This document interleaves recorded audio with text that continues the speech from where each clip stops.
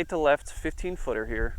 The first thing I do when I get to the green is I walk on the low side of the ball. So a right to left putt, the low side would be the left side of the ball. And I just kind of walk around and take a look at it from here. And what I can tell on this putt is that it's pretty level to a little bit downhill.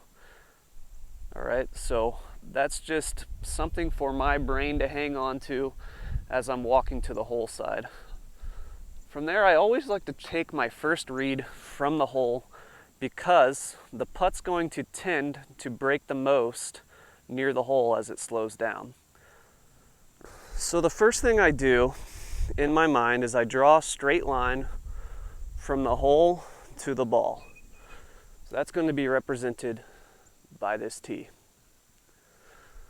To me, that is the lowest point at which this ball could enter the hole. What do I mean by that? Well, if the putt's curving right to left, so it's coming in this way, the lowest point it could possibly come in the hole is that straight line from the ball to the hole, and it might curl in here.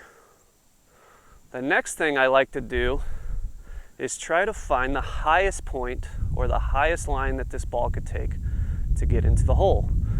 In other words, if the ball were rolling and it slowed down, died into the hole on its last roll, what is the highest line I could take to get this ball to fall into the hole?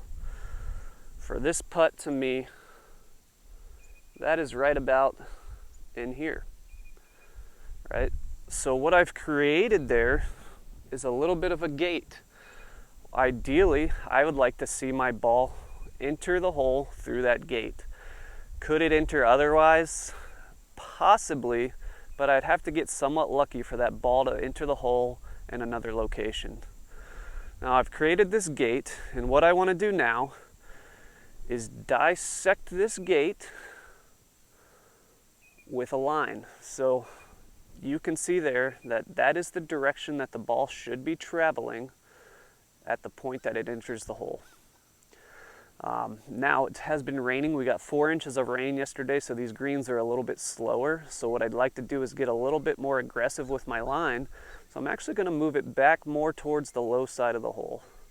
So just a little bit. Now that is the direction that I want this ball to enter the hole. So when I come over to the back side of the hole, that is what I am trying to figure out. What direction is this ball going to travel as it enters the hole? So in my mind, I start to draw start directions. Now, does this look like it could get the ball to come in on that angle? Maybe, but these greens would have to be lightning fast and that ball would have to roll for a long time. Does this look like it could come in on that angle? Probably not. You know, I'd have to nail this putt and I probably would have too much speed. I wouldn't be able to make it.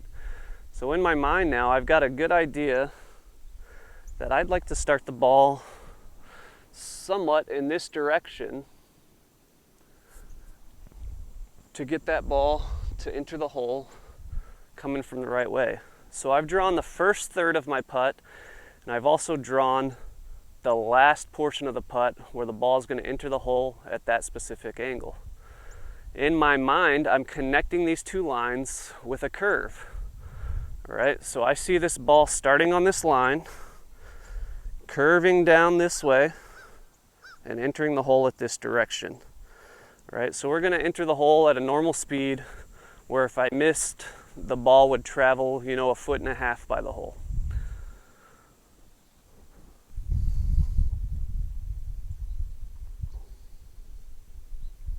So let's go ahead and get in there and test our read. What I'm going to do, set up to the ball.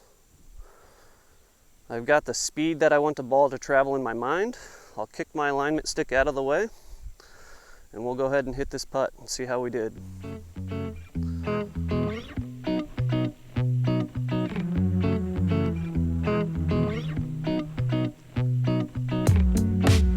Lo and behold, we made a perfect read. The ball went into the hole at a really good speed.